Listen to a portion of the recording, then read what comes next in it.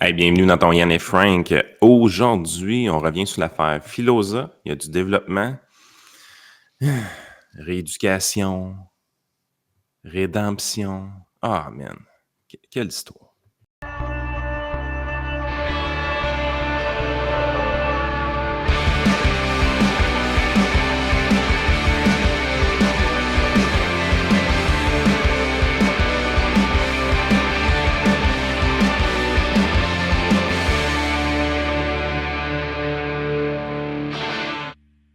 Quelle histoire, pareil. Hein? Ils ont trouvé la bonne manière dans les médias, finalement, de faire taire les opposants. C'est ceux qui se font pogner la main dans le sac, entre guillemets. On va te les humilier publiquement. Mm. Tu vas être sûr d'une chose après, ils vont se fermer la gueule, puis pas à peu près. Ben oui, puis en même temps, tu sais, je veux dire, on essaie de lui faire ce qu'on a fait à Jordan Peterson, là. La rééducation par un cours de déontologie journalistique. C'est capoté, là, cette affaire-là. On va y revenir. On a juste des petits updates à faire aux gens avant, quand même. Donc, on en avait beaucoup parlé, les élections au BC, en Colombie-Britannique. Donc, on a officiellement là, la fin du recomptage puis des affaires. Donc, il s'est passé ce qui était probable qu'il se passe, c'est-à-dire finalement, le NPD est reconduit avec une majorité, mais qui tient à un siège. Donc, ils ont eu. Les projections, c'était 45-46 après recomptage. Finalement, il y a un siège qui a flippé, donc ça donne 47-44. Ah ouais, fait que c'est un conservateur qui a flippé du côté du NPD, j'y aurais pas pensé. Ah, eh ben. Ben, tu sais, dans un des comtés qui devait être à 100 voix, à peu près, j'ai pas vérifié c'était Oh, lequel, là, mais c'est pas une mauvaise nouvelle pour les gens de la Colombie-Britannique dans le sens que je c'est une pense que très bonne nouvelle. c'est moins pire le NPD que le NPD avec les Greens dans Balance du pouvoir, là. C'est une très bonne nouvelle, ce qui est en train d'arriver. Parce que si les conservateurs avaient été élus, n'en déplaise à Brian, je sais qu'il disait qu'il y avait plein de gens de qualité, plein de gens de qualité avec aucune expérience du pouvoir et de l'Assemblée, c'est un peu problématique. Un peu comme si l'ADQ avait pris le pouvoir en 2007. Là, Ouais. ils ont la chance de se faire les dents. Et en plus, le gouvernement est majoritaire, donc normalement, il ne devrait pas tomber rapidement, ce qui veut dire qu'il y aurait probablement un 4 ans d'opposition pour vraiment marquer des points et s'imposer comme l'alternative. Parce que là, c'est un peu une surprise qui est arrivée, mais là, dans le fond, ils peuvent vraiment s'imposer comme l'alternative crédible. Puis, tu sais, le NPD, là, ils descendent à chaque fois, ils descendent à chaque fois. La suite logique des choses, c'est qu'à la prochaine élection, à moins qu'eux se plantent solides, ils vont former le gouvernement. Fait que là, la mission des conservateurs au BC, c'est recrutement, formation, probablement des congédiements parce qu'ils vont se tromper dans le recrutement, mais ils ont 4 ans pour Exact. stabiliser une équipe qui a du bon sens. Exact. Il y avait une élection aussi en Saskatchewan. Et tu sais, les gens, on a tendance des fois à regarder les élections des autres provinces et à faire ah, ben c'est à gauche qui a gagné ou c'est à droite qui a gagné. Mais il faut aussi quand même penser que les gens, à un moment donné, veulent de l'alternance, là. Tu sais, Ouais. ce qu'on a vu au Nouveau-Brunswick, tu sais, il y a plusieurs personnes qui disaient hey, si vous pensez que le Canada est proche d'un virage à droite, ils viennent de réélire les libéraux. Ouais, mais l'autre, ça faisait une éternité qui était là dans les yeux du monde. Il y avait un passé, disons, un peu étrange. De ce que j'ai compris, les francophones du Nouveau-Brunswick l'aimaient vraiment pas pour des raisons historiques qui avaient Ah, puis appartenu dans le à COVID, un. il a été hyper confineur, là. Ça a été un hyper confineur, d'ailleurs, c'est ce que Brian nous disait. C'est en ce moment, ce qu'on voit, c'est un peu le procès des confineurs de manière électorale. Et Ce qui est décevant au Nouveau-Brunswick, on va se le dire, c'est la même chose qui arrive tout le temps avec des gouvernements qui équilibrent des budgets et qui même vont faire des surplus. Tu sais, rappelez-vous, les libéraux, on les a sortis à coups de pied dans le cul du Québec avec un surplus de 7 milliards, là. Puis c'est ça. moi-même, là, j'ai voté pour la CAQ, là, je suis pas différent des autres Québécois. Euh, T'es là, tu te En dis, Caroline, 2018, là, j'ai juste rappelé ce bout-là. Là. ouais, C'était en ouais, 2010. Non, mais c'est parce qu'il y en a qui c'est vont pas la dire même CAQ, là. non, non, c'est ça. C'est pas la même CAQ. Stephen Harper s'est fait mettre dehors à coups de pied dans le cul avec des surplus budgétaires. Tu sais, Eh je veux oui, dire, à un moment donné, c'est ça qui gosse.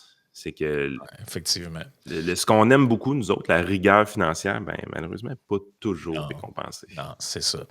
Donc, Saskatchewan, il y avait une élection hier. Eux, on n'aura pas besoin d'attendre 2 semaines avant d'avoir les résultats. By the way, je dirais peut-être de quoi par rapport à ça après, là. Donc, en Saskatchewan, il y a 61 sièges. Ça en prend 31 pour avoir un gouvernement majoritaire. Les conservateurs, qui ne s'appellent pas les conservateurs, c'est le parti Saskatchewan, là, pas tant de choses. Saskatchewan Party.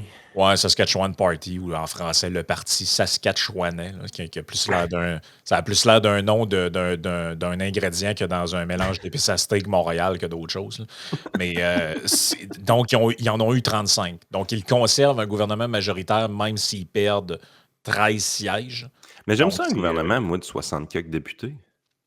Oui, j'aime Ça beaucoup fait ça. pas trop de backbenchers, ça fait des gens. Et, Non, j'haïs pas le, ça, moi. le NPD est en montée. Ils sont passés de 14 à 26 sièges. Donc, les sièges sont passés d'un bord à l'autre. Donc, tout ça, en fait, est une nouvelle terrible pour le branding des libéraux qui, dans toutes les provinces,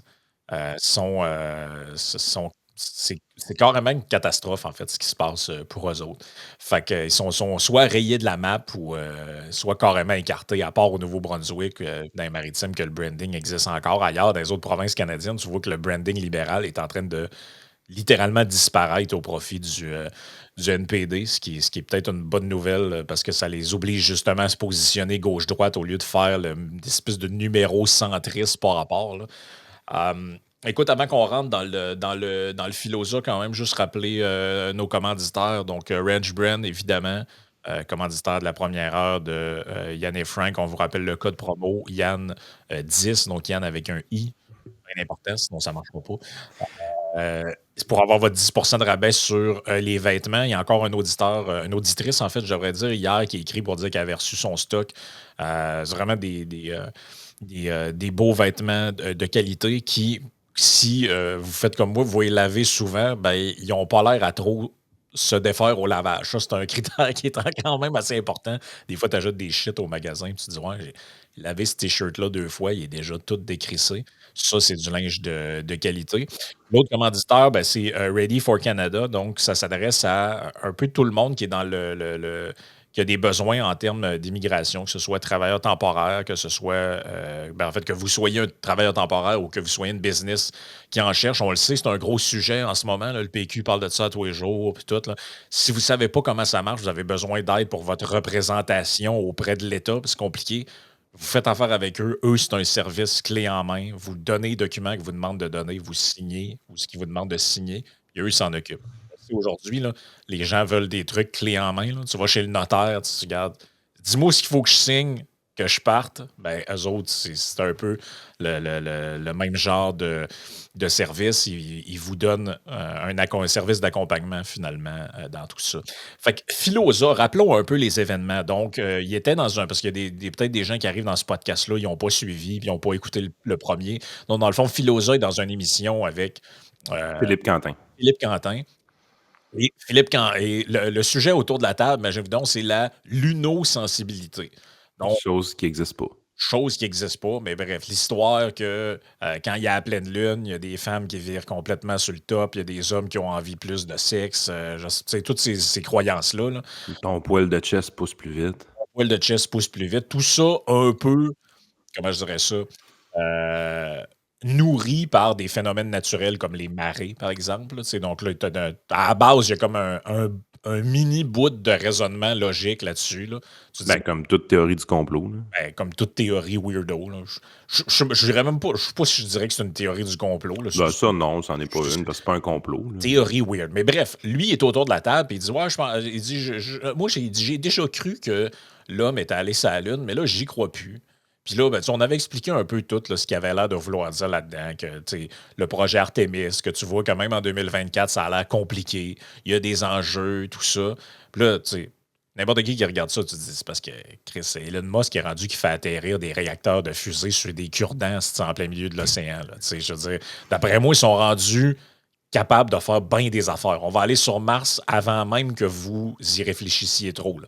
Fait que, tu sais, je sais pas si ces arguments-là, à mon avis, sont un peu loufoques, là, mais c'est bref, c'est ça qu'il dit. Son co-animateur ou son animateur principal, là, comme pitché en dessous de l'autobus, en le défendant pas ou en essayant pas de rattraper l'affaire, et il s'est fait suspendre Hmm. par la station de radio. Donc là, Mais Jérémy Filosa, contrairement à Pierre-Yves McSween et MC Gilles, lui, c'est un vrai journaliste dans le sens qu'il était syndiqué, alors que les deux autres étaient employés contractuels.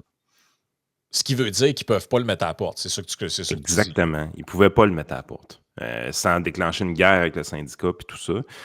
Fait que, tu sais, on le sent dans le texte de la presse qui est sorti que, à mots couverts, on dit: «On aurait aimé ça le mettre à la porte, mais on pouvait pas être syndiqué. Fait que Ouais. voici, à quoi on est arrivé». Donc Heu, là, ce qu'on dit là-dedans, c'est ah, c'est capoté, là. Là, on dit le gars, oubliez pas, là, tout ce qu'il a dit, c'est qu'il ne croyait plus que l'homme était allé sur la Lune.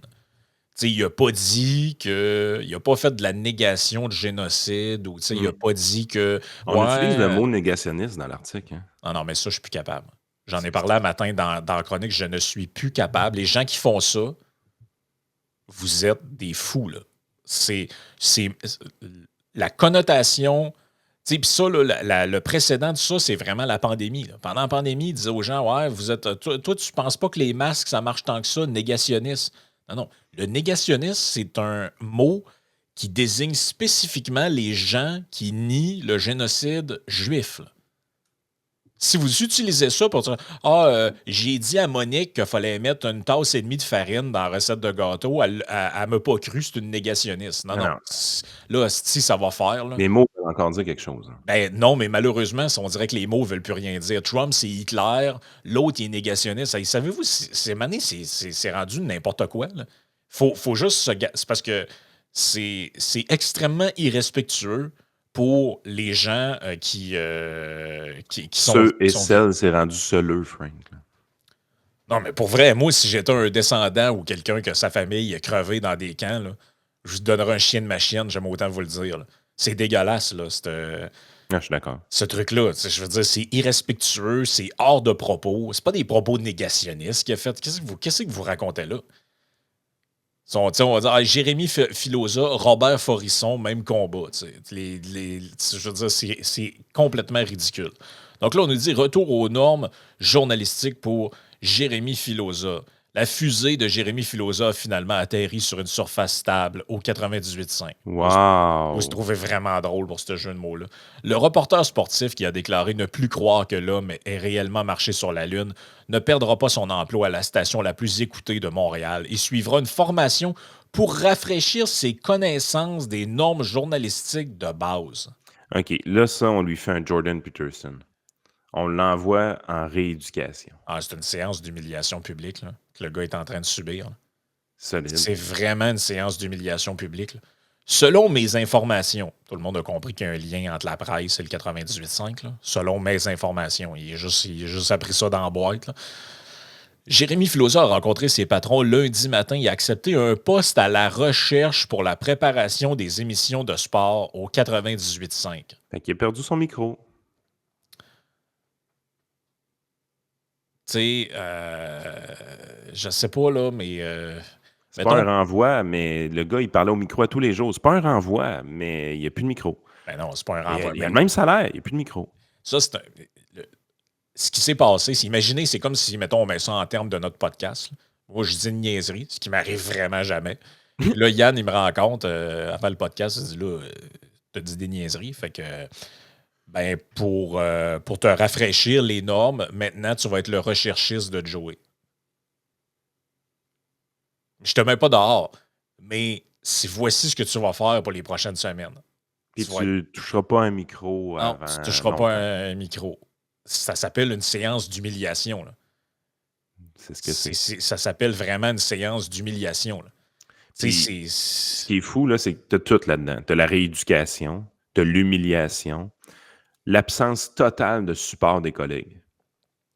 total, man. Moi, ça me dégueule, là, quand je pense à ça. Je me dis, ils sont où ses collègues pour sortir, pour dire franchement, je veux dire, tout le Puis monde s'est ça, déjà arrivé. Moi, j'ai déjà, tu sais, puis comme ça avait c'est dit, caractéristique d'un boss qui veut imposer son contrôle sur la boîte. Oubliez pas une affaire, c'est le bordel au 98.5, là. Ils ont changé un boss récemment. Ils ont mis McSween et même MC Gilles dehors. ouais, Il y a eu des affaires de la connotation sexuelle qui se sont passées aussi, assez louches. Fait que tu sais, c'est un peu le bordel dans la boîte. Fait que là, quand Filosa est arrivé, là, il y a un boss qui est arrivé, il dit là, enough is enough. Là, le message va passer. Tenez-vous tranquille, ma gang de pas propres. Voici ce qui vous arrive quand vous sortez du rang. hey Puis, man, le texte, c'est complètement malade, là. Concernant Jérémy Filosa, Cogeco Média a décidé d'appliquer le principe du droit à l'erreur. Tu avais le droit à bon, l'erreur, il était mon. syndiqué. T'avais le droit à l'erreur, mon petit gars. Mais voici ce que ça va te coûter, ton erreur. Et de transformer cette situation en opportunité d'apprentissage. Hey man, c'est-tu infantilisant comme langage? Jérémy Filosa reconnaît qu'il n'a pas respecté les normes applicables en journalisme. Quelles normes applicables en journalisme? Il était autour d'une table en train de jaser d'un sujet débile à la base. Ouais. De quoi vous La parlez? lunosensibilité, ça respecte pas vraiment Non, les termes non, journalistiques, là. non. Ça respecte pas les termes journal. Tu sais, Moi, je puis pense que Quentin, il est dû pour une séance de rééducation, lui-ci, là. Thomas Mulcair, là, qui a eu une carrière en politique puis qui est encore dans les médias, c'est un monsieur qui faisait l'apologie sur de l'homéopathie. La madame qui fait l'astrologie sur les ondes, est-ce qu'elle va être rééduquée, elle aussi? Je sais pas. C'est de la J'ai pseudo-science, ça. Jérémy participera à des activités de formation continue, explique la directrice principale des communications de Cogeco Média, Christine Dicker. La formation en question, qui n'a pas été précisée, durera plusieurs semaines. Selon Cogeco Média, on retourne à l'école. Ouais. Juin lundi, Jérémy Filosa, qui compte 25 ans d'expérience en journaliste sportif, a préféré ne pas commenter. Ouais, je m'étonne. J'espère, man. Il a été humilié publiquement. Contrairement aux chroniqueurs contractuels comme Mick Gill ou Pierre-Yves McSween, qui ont été remerciés pendant les périodes houleuses que tu disais, lui, vu que c'est un employé syndiqué, fait que finalement, ça a zéro rapport avec le droit à l'erreur ou Non, whatever. il n'y a aucun droit à l'erreur, là. Je m'assure que les droits de Jérémy sont bien représentés, rappelle Maxime Sarrazin, vice-président du syndicat général de la radio, et qui regroupe les. Ben, tu t'es assuré qu'il ne se fasse pas mettre à la porte, c'est tout, pour ses droits et son intégrité. Je ne sais pas jusqu'à quel point vous avez fait vos jobs, là. À l'émission Le Québec maintenant, de Philippe Quentin, le 17 octobre, Filosa avait mis une botte d'astronaute s'était mis une botte d'astronaute dans la bouche en Ah, affirmant ne plus wow. croire que l'homme avait vraiment marché sur la Lune, blablabla. Blablabla. Les jeux de mots poches, toi. Filosa n'en démordait pas, même s'il a précisé ne pas adhérer aux théories du complot. Jérémy Filosa a confié à des collègues que c'est un documentaire de Netflix qui leur a amené à douter de la vérité des images tournées par la NASA sur la Lune. Cet échange tendu était surréel. On a senti toute l'irritation dans la voix de Philippe Quentin, habitué à plus de rigueur en ondes. Je pense que tu lis trop d'un site Internet peu crédible, a tranché Philippe Quentin, qui a ici fermé le clapet à son chroniqueur sportif. Le lendemain, la direction du 98.5, qui ne cautionne pas ce type de propos Caliste. négationnistes.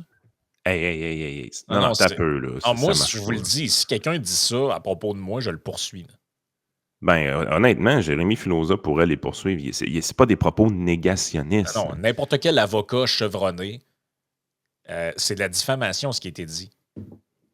C'est de la diffamation. Si je cherche sur Google, négationniste, là, regarde, premier lien, Wikipédia. Le négationnisme est au sens strict la négation de l'existence de la Shoah. Ben là, Au sens large, le négationniste désigne un déni de certains génocides ou crimes contre l'humanité. Excuse-moi, tu ne diras pas ça de moi parce que j'ai dit que quelqu'un n'est pas allé sur la Lune, c'est boire. tu sais, est-ce que ça respecte les principes journalistiques, l'énoncé du 98.5? Ouais, c'est ça. Tu sais, je C'est-tu. veux dire, vous n'êtes pas obligé de faire écrire vos communiqués par Patrick Lagacé, là. Parce qu'on Non, sait qu'il aime beaucoup ce terme-là, Patrick. Patrick aime beaucoup, beaucoup le terme négationniste. Ah non, moi, ça va très mal se passer, là. Un truc de même. Ça va très, très mal se passer, là. Jérémy Filosa ne réintègre, même après avoir terminé sa rééducation idéologique, c'est-à-dire sa formation en déontologie, Jérémy Filosa ne réintégrera pas l'émission de Le Québec maintenant, me dit-on. Cet incident a fâché plusieurs membres de l'équipe et a miné davantage la crédibilité des médias traditionnels. Non, non. Ce Non, là, qui vous êtes en mine, train de la miner pour vrai, là. ce qui mine la crédibilité des médias traditionnels, c'est le fait qu'on peut prendre n'importe qui, le sacrer en dessous de l'autobus pour des motifs dérisoires et en faire un exemple d'humiliation publique. Ça dessert très certainement les médias traditionnels. Et ce qui dessert les médias traditionnels, c'est d'utiliser un langage réservé à des trucs de la Deuxième Guerre mondiale et des crimes d'humanité pour parler d'un gars qui parlait de la Lune. Puis là, je vais faire une petite parenthèse de finances personnelles ici, là. Jérémy Filosa a 25 ans d'expérience dans le métier. Ça veut dire que ça fait plusieurs années qu'il fait ce métier-là, avec des salaires probablement quand même bien dans les dernières années. Mettez de l'argent de côté. ayez suffisamment d'argent de côté dans la vie pour peu importe ce qui pourrait vous arriver de grave. Parce que normalement, Jérémy Filosa, là, s'il y avait un peu d'argent de côté, là, ce qu'il ferait, là, c'est qu'il ferait le plus gros fuck you de l'histoire au Ouais, 98.5. c'est ça, j'allais dire. Comment on appelle cet argent-là déjà? Fuck you money, man. Ah, that's it. That's the shit, man. Mettez de l'argent de côté, créez-vous du fuck you money, vous allez en avoir besoin. Jérémy Filosa se sert de cette histoire-là pour faire un gros Christy de fuck you au 98.5, sac son camp de là et décolle ses shit ou va rejoindre la gang de Max Truman avec dans les coulisses, peu importe, puis donne une propulsion à ces médias alternatifs-là, parce que lui, de toute façon, c'est un journaliste sportif. Et je le verrais très bien à travailler avec dans les coulisses, par exemple, ou même créer son propre média. Il y a Ouais. maintenant un nom avec suffisamment de notoriété pour le faire. Si les gens ne connaissaient pas Filosa, maintenant ils le connaissent. Il y avait un tremplin doré pour faire le saut. Il ne l'a Oh, pas oui. fait parce qu'il n'est pas libre. Il est pas libre. La liberté, là, c'est pas des lois gouvernementales qui tuent tout le temps la liberté. Ce qui tue la liberté, c'est les dettes. Ce qui tue la liberté, c'est le fait de ne pas avoir une crise de scène dans ses poches. C'est ça qui tue la liberté, parce que tu n'as pas la liberté de dire fuck you à ton employeur quand il y a un abus. Puis ça, présentement, ce qui se passe au 98.5, c'est un abus de la position d'autorité de l'employeur. C'est ça. Mais tu sais, je pense que l'important ici, là, pour les gens, c'est de comprendre que. Parce que plusieurs personnes s'imaginent que la censure, c'est le journaliste, là, il essaye d'écrire ses affaires, puis il fait ses trucs, puis maintenant le téléphone sonne, tu réponds, c'est le propriétaire ou c'est le gouvernement, puis ils disent Hey, toi, là, t'es en train d'écrire sur quoi? Là? On te checkait sur une caméra, Non. cet article-là, tu me le mets aux poubelles, puis tu vas écrire qu'on est vraiment hot à la place. La C'est pas de même. principale forme de censure, c'est l'autocensure. C'est l'autocensure. Et d'où vient l'autocensure? Elle vient de la peur de subir des humiliations publiques comme celles qu'on est en train de décrire. Parce que les C'est personnes qui sont ça qui censurées arrive. ici, là, c'est pas juste Jérémy Filosa. Ah non, c'est tous C'est ses collègues. l'ensemble des employés du 98.5 qui viennent de se faire censurer. Ben Ils oui, s'en parce rendent que, pas compte. ben Ils oui, s'en parce rendent que, pas.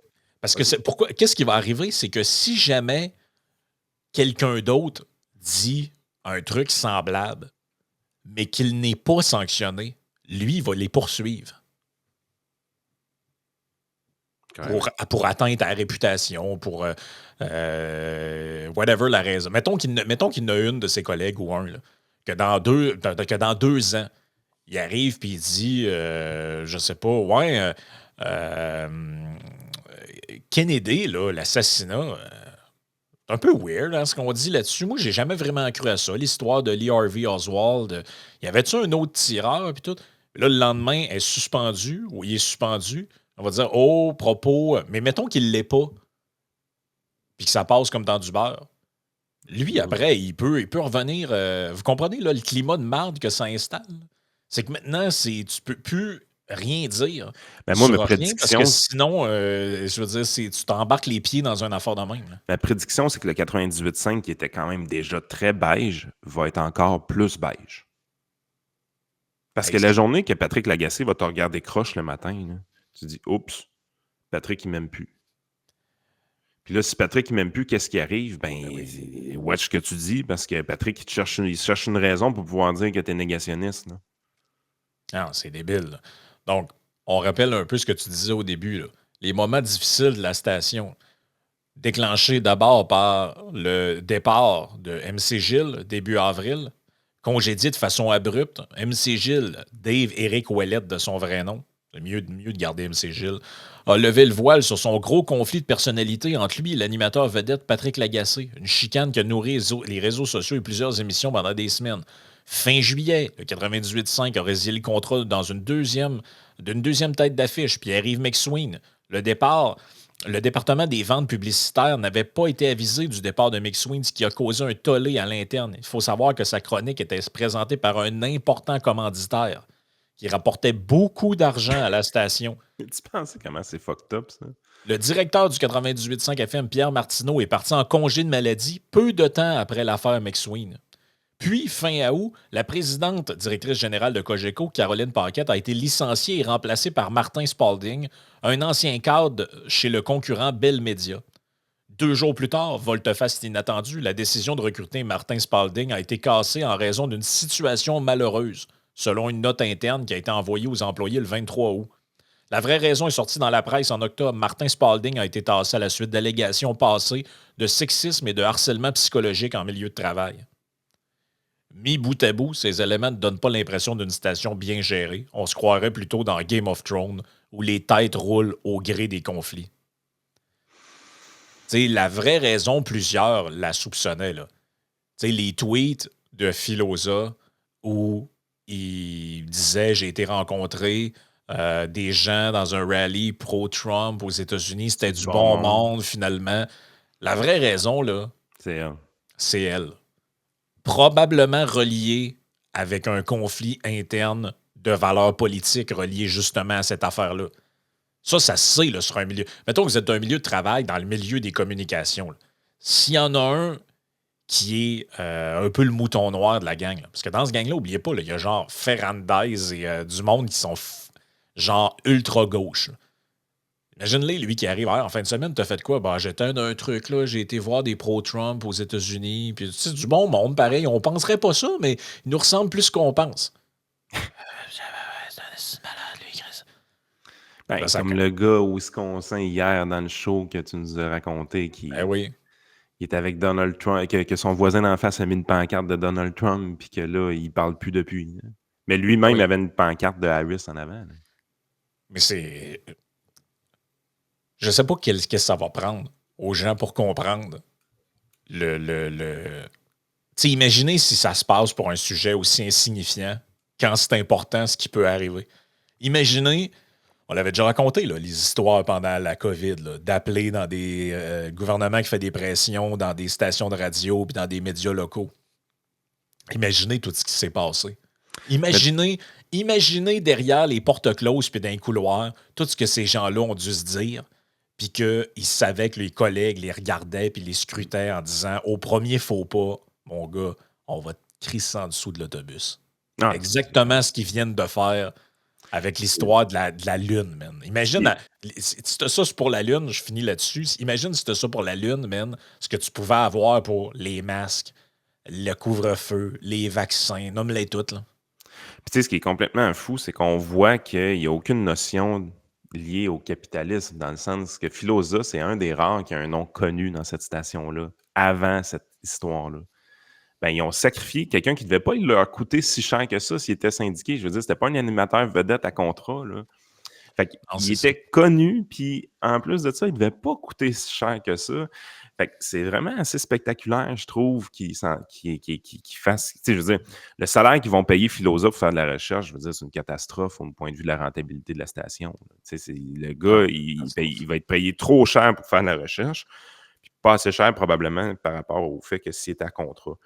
Mais, puis il faisait de la radio. Mais éventuellement, McSween, lui, un gros commanditaire sa chronique, conflit de personnalité, tu sacs ton candidat, tabarouette, OK, c'est bon, c'est spécial, mais il n'y a aucune notion d'argent. Mais pourquoi il n'y a pas aucune notion d'argent? C'est parce que l'argent rentre à tour de bras du gouvernement puis qu'ils s'en foutent des commanditaires en bout de ligne.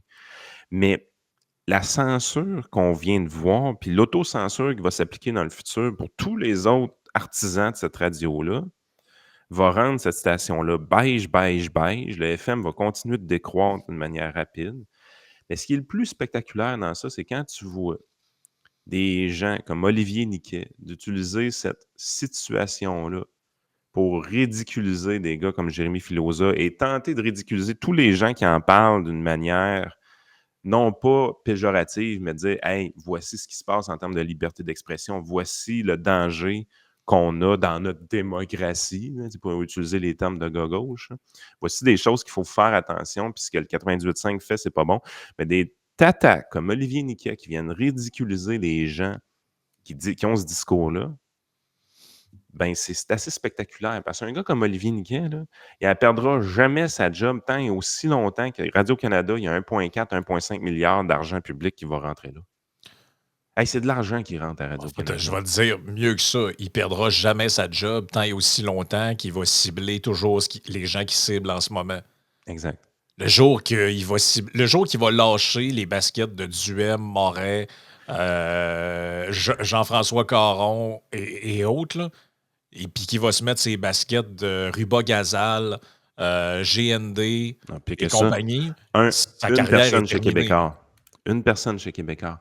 Remarquez le pattern d'Olivier Niquet. Il touche jamais à personne chez Québécois. Parce que Québécois a tous les défauts du monde. Mais Pierre-Carl Pelado, quand tu travailles pour lui, il va te défendre. Mhm. PKP, il y en a des défauts, puis il y en a sacrément des défauts. Mais il y a une chose que j'aime de PKP, puis écoute, c'est capoté que je dise ça, parce que je déteste à peu près tout ce qu'il fait, ce gars-là. Mais il y a une chose que j'aime de PKP. Il défend son monde. Ouais, c'est un gars qui Pas une semble. chiffre molle comme le boss du 98.5. Non, mais Il défend son monde. Il y en a-tu des crises de chiffres molles Il défend tellement son monde que jamais Olivier Niquette va avoir les couilles de bitcher quelqu'un chez Québécois. C'est incroyable. Il sait que les poursuites d'avocats vont rentrer le lendemain matin, puis il sait qu'il va se ramasser avec l'ombudsman sur le dos, puis il sait qu'il va se ramasser avec du trouble. Clairement. C'est quoi qu'il fait? Il attaque tous ceux-là qui travaillent dans des petits médias. C'est ça qui se passe. Le subventionné Radio-Canadien attaque les gens qui travaillent dans les petits médias, ou même, dans le cas de Jacinthe Varel, à Radio-Canada même. Il est tellement full patch syndiqué qu'il s'en calisse d'attaquer quelqu'un chez Radio-Canada. Hey, c'est spécial, mais il ne touchera jamais quelqu'un de Québécois, par exemple. Il n'y a pas les couilles de le faire. Très, très spécial. Écoute, on va passer sur le Patreon dans quelques instants pour parler tout le scandale entourant l'histoire de la DPJ. Quand même capoté, là, ce qui se passe. On a des audios aussi que Joey a sortis par l'intermédiaire de Dom Dumas également. C'est très spécial ce qui se passe en ce moment. On est vraiment dans le royaume du deux poids, deux mesures. Ah, c'est pas de leur faute, les éducatrices. Ils ont été charmés par les petits bums. Fait que, tu sais, c'est quasiment eux autres les victimes, dans le fond. Il faut comprendre. Là. C'est un très drôle de discours qui est en train de se développer là, autour de ça. Là. Très, très drôle. Mais juste avant qu'on passe à ça, j'aimerais terminer avec une petite clip que j'avais sortie parce que vous savez que la mairesse Plante a démissionné dans une espèce de grand aura là, de mon Dieu, qui était extraordinaire. Elle ne se représente pas, mais elle est encore en poste. Elle est encore là, qu'elle ne se représente pas. J'avais comme assumé qu'elle s'en allait dans mes propos, là. Mais non, effectivement, qu'elle ne se représente pas, c'est le bon terme. Et là, il y a un concert d'éloge. Mon Dieu, c'est extraordinaire. Là. Il y a un article dans le Journal de Montréal nous disant que à cause d'elle, on s'est sensibilisé à l'histoire des sans-abri. Ben oui, c'est normal. Depuis qu'elle est là, il y en a tellement qu'il faut quasiment que tu les enjambes quand tu marches dans la rue. Mais il y en a un, par exemple, qui ne trouvait pas qu'elle était si bonne que ça et qui a l'habitude de ne pas avoir la langue dans sa poche par rapport à elle, c'est Luc Lavoie. Il y a un petit montage ici de son intervention là-dessus. Ça dure 1 minute 46. On écoute ça avant d'aller sur Patreon parce que j'ai trouvé ça franchement délicieux. Luc Lavoie, quand il parle pas de Trump, en général, c'est quand même assez succulent. Moi, Mme Plante, là. Je m'excuse, là. J'ai écouté hier les commentaires. Heureusement, j'étais pas en onde parce que tu sais, c'est comme il y a quand même des limites, là, tu sais. J'ai jamais vu la ville si sale. Les chantiers. Est-ce que Luc a raison ou il exagère? Est-ce qu'elle pourrait m'expliquer comment ça se fait que quand je traverse Montréal, disons, de Papineau jusqu'à Guy, je vais rencontrer 8 chantiers, dont 5 ont aucune activité. Est-ce qu'on peut me dire pourquoi? Combien de places pour les voitures avez-vous fait disparaître? On vous a-tu demandé d'arriver avec votre espèce de dogme, le dogme de la gauche qui va faire une espèce de ville toute verte avec le monde, ça va être plein de petits oiseaux, tout ça. C'est parce que ça n'a pas de bon sens. Écoute, Paul, réponds-moi à la question suivante. Pourquoi y a-t-il toujours 15 chantiers inactifs qui bloquent environ la circulation? 2000 cônes oranges autour, il y en a partout. Je n'ai aucune compréhension. Deuxièmement, peux-tu m'expliquer c'est une bonne question. pourquoi ils ont tué le centre-ville puis la rue Saint-Denis en mettant sa connerie de rêve qui a fermé quasiment les restaurants tout le long? Ça va très, très bien. Ben Comme oui, ça, tu veux il n'y pas a te plus de stationner. resto, il n'y a plus de magasins, il n'y a plus nulle part où aller. Il n'y a plus rien. La rue Sainte-Catherine est en train de mourir, elle est en train de se transformer en un marché aux puces de bas de gamme, comprends-tu? C'est à cause de qui? Parce qu'ils coupent les voies où les gens vont se stationner. Ils pensent qu'on va s'acheter des téléviseurs de 80 pouces en les amenant sur notre bicycle. Écoute, l'OCPM, écoute, l'Office de consultation publique, ils ont fait une grande consultation. Paul, ils ont fait une grande consultation. La rue Camillien-Houd, tout le monde est contre. Moi, le faire quand même. Hey, mais Paul Larocque, qui veut l'interrompre à tout bout de champ. Le gars est dans une envolée lyrique. Laisse-le aller, man. Ah oui, Il est sont-ils en pas train de te bons? donner un bon show. Femme, Le gars est en train de faire son show. Oui, mais Luc, là, Yasmine, laisse faire Yasmine. Là. Laisse l'autre déballer son sac. Là. Ah, man, c'est incroyable. On se voit sur Patreon, les amis.